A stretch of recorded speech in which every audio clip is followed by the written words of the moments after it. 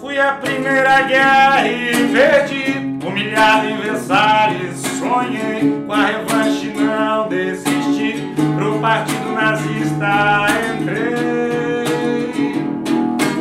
Logo me tornei líder e aí um levante em Munique tentei, mas fui preso então escrevi minha luta onde eu preguei. A exterminar os judeus, arianos, o mundo vão dominar. Quando veio a crise, reagi contra os comunistas, ganhei o apoio burguês, ascendi ao poder e à expansão comecei. Num acordo com Stalin, invadi a Polônia e a guerra causei, Barbaco invade a D, eu perdi, e no cerco a Berlim me matei. Ai, os japoneses vão ver Pearl Harbor vingado e a terra estremecer.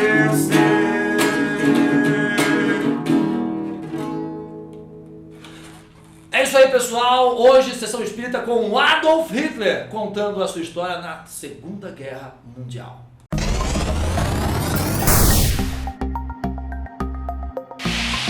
Pessoal, eu estou aqui me recompondo, tá? Meu nome é Felipe, professor de História do curso Enem Gratuito, e a aula de hoje é sobre Segunda Guerra Mundial.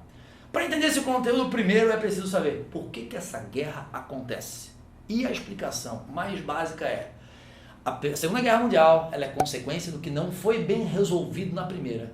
E o fato de a Primeira Guerra Mundial não ficar bem resolvida provoca o quê? A expansão nazista. Mas por que isso acontece? Vamos lá. Quando acaba a Primeira Guerra Mundial, nós temos ali o Tratado de Versalhes, e nesse contexto o presidente Woodrow Wilson, dos Estados Unidos, vai publicar os chamados 14 pontos de Wilson, onde ele defende uma paz sem vencedores. Nesse contexto, ele defende também o quê? Punições mais leves, menos rigorosas à Alemanha, pensando que se a Alemanha pudesse se recuperar economicamente, voltaria a produzir, gerar emprego, gerar renda e consumo, inclusive para consumir produtos americanos.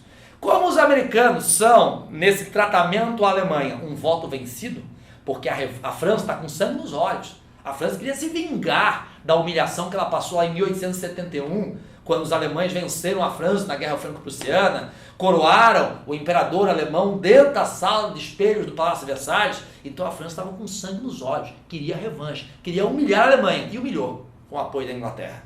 Nesse contexto, os americanos vão, então, não colaborar muito com o cumprimento do Tratado de Versalhes e não vão participar ativamente da Liga das Nações.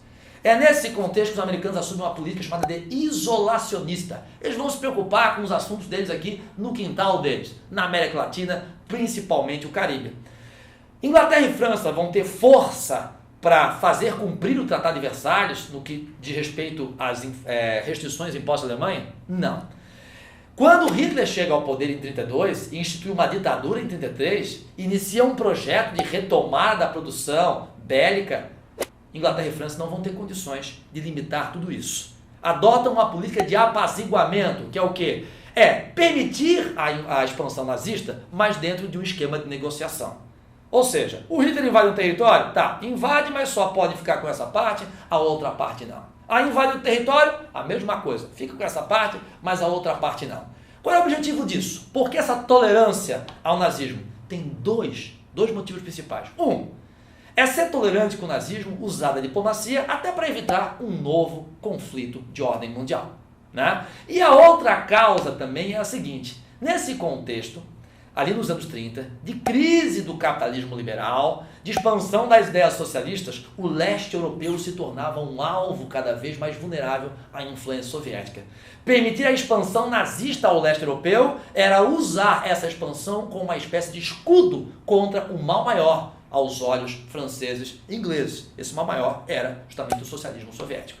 Que o leste europeu fosse nazista, porque pelo menos é capitalista. Socialista, jamais. Acontece que a expansão nazista, tá, ela tem alguns capítulos importantes. Eles vão tomar a Áustria, depois vão tomar a Tchecoslováquia, e quando tomam a Tchecoslováquia, Chamberlain, primeiro-ministro da Inglaterra, vai convocar o que? A chamada Conferência de Munique. E ali fica estabelecido o seguinte, ó, o Hitler vai ficar com a região dos Sudetos na Tchecoslováquia. E parou por aí a expansão nazista.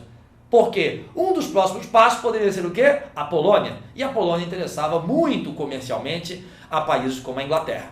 O Hitler vai aceitar, vai dizer que está tudo bem, a gente fica com a região dos Sudetos e não vamos dar nenhum passo a mais ao leste europeu.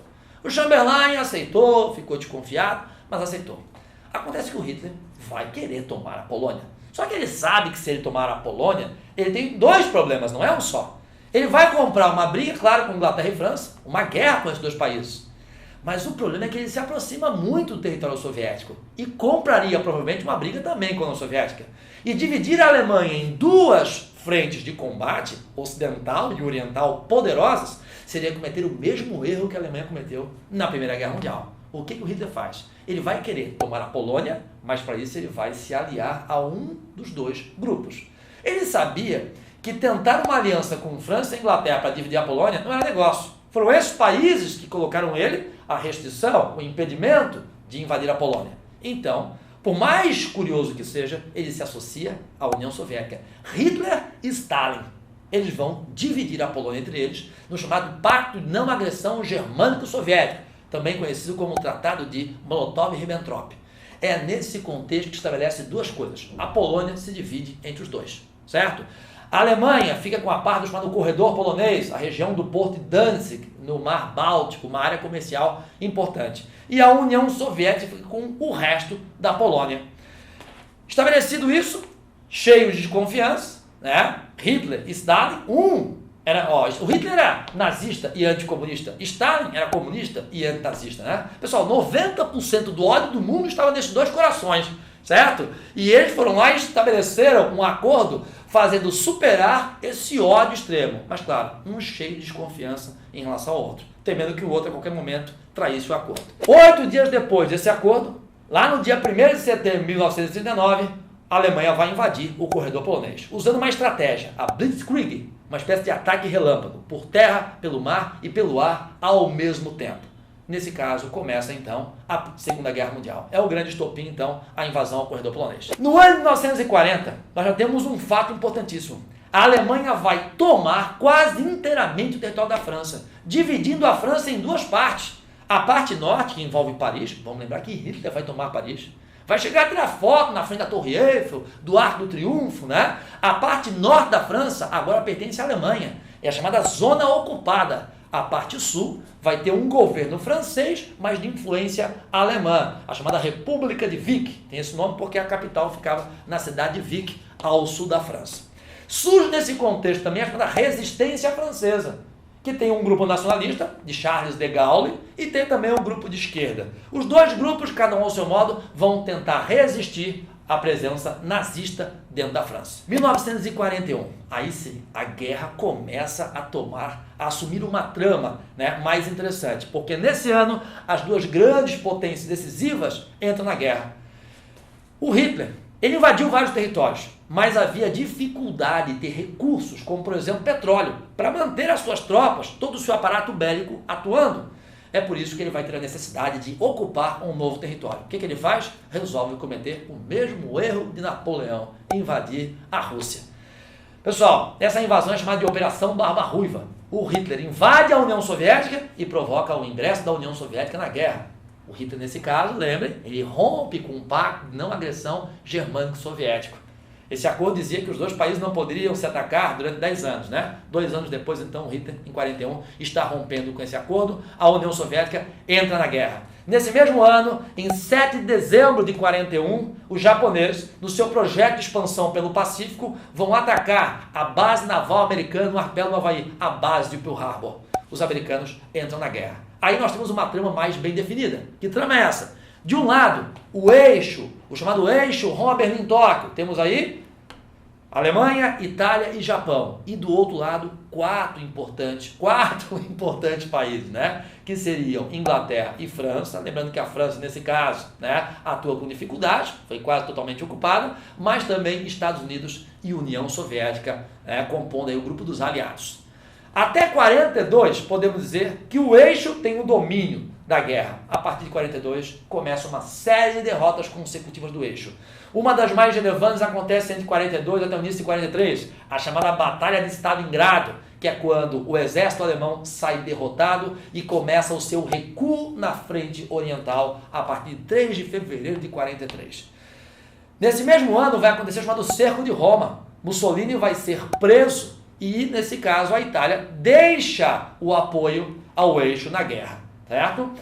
Em 44 há um outro fato relevante, o famoso dia D, 6 de junho de 44, o desembarque na Normandia, a maior operação militar da história, 3 milhões de soldados, liderados por Eisenhower, general americano, coordena as tropas de Estados Unidos, Inglaterra e a resistência francesa, que desembarcam no norte da França para retomar a França, recuperá-la do domínio nazista. Começa então o recuo nazista na frente oriental.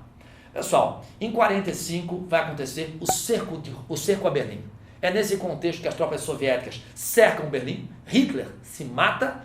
No dia 30 de abril, no dia 1º de maio, acontece um fato emblemático. As tropas soviéticas vão hastear no alto do Reichstag, o parlamento alemão, a bandeira soviética. Acabou a guerra para a Alemanha. Mas os japoneses ainda insistiam em continuar com ataques, a pontos estratégicos dos Estados Unidos, os chamados kamikazes, os pilotos suicidas japoneses. E os americanos resolveram então encurtar essa guerra, acabar com ela de vez, promovendo os ataques, os bombardeios atômicos de Hiroshima em 6 de agosto de 45, Nagasaki 9 de agosto. A guerra então é encerrada. Agora, é nesse contexto final da guerra que nós temos o quê? 3 importantes acordos. Um é a Conferência de Yalta. Ela vai dizer o seguinte, olha, o leste europeu ele vai ser uma área de influência soviética, socialista. Agora, a Europa Ocidental e também Central é de influência capitalista. Mas o outro acordo mais importante é a Conferência de Potsdam, que vai dividir a Alemanha em Alemanha Ocidental e Oriental. Ocidental, influência capitalista, Estados Unidos, Inglaterra e França. A Oriental, influência socialista. Mas tem um problema. Berlim fica de qual lado? Lado oriental. Mas também vai ser dividida. A Berlim, dentro da Alemanha Oriental, é dividida numa parte que é a Berlim Oriental, da União Soviética, e a Berlim Ocidental, capitalista. Ou seja, a metade de Berlim é uma zona capitalista cercada de área socialista dentro da Berlim Oriental. Certo?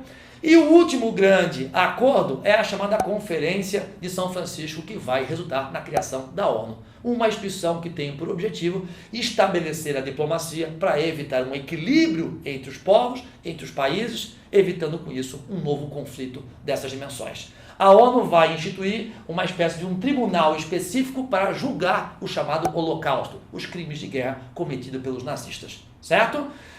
É isso aí, pessoal. Sobre a Segunda Guerra Mundial é o que nós temos de mais importante. Agora não esqueça de curtir o nosso vídeo e verificar aqui na descrição o link com o conteúdo da aula de hoje. Obrigado.